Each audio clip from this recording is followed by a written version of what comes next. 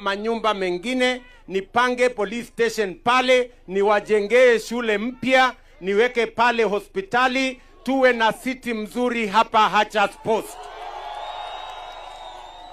Ama mnasemaje marafiki zangu watu wa Hachas? Tuendelee namna hiyo? Mnasema tuendelee namna hiyo?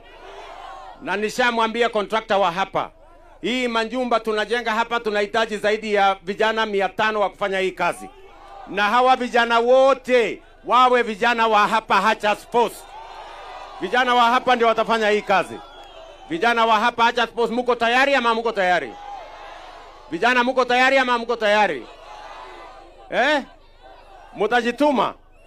Hapa tunahitaji watu ambao wamesomea architecture.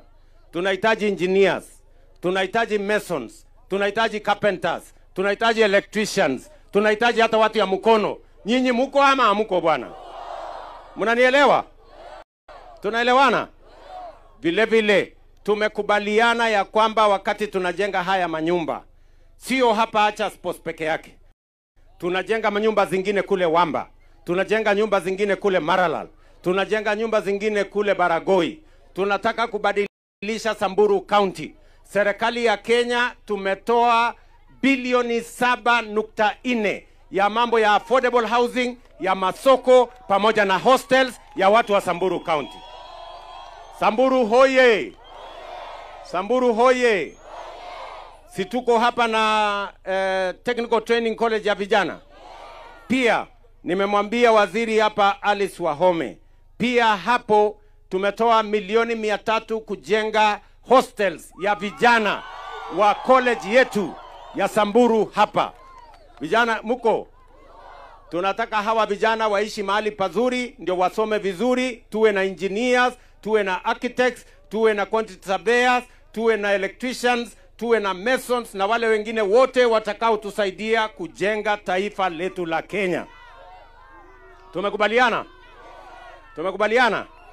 Jambo la pili, mimi nimefika hapa mbali na mambo ya ujenzi wa affordable housing, mbali na mambo ya kujenga masoko, mbali na mambo ya kujenga hostels, pia nimekuja hapa kwa sababu sehemu kubwa ya Samburu East na Samburu mzima hamjapata stima ya kutosha.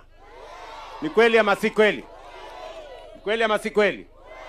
Sababu hiyo ndio mimi nimekuja kuwaambia tayari tumewapatia shilingi bilioni 1 kuunganisha wananchi zaidi ya 10,000 kwa huduma ya stima. Na hiyo kazi ya kuunganisha hiyo stima nataka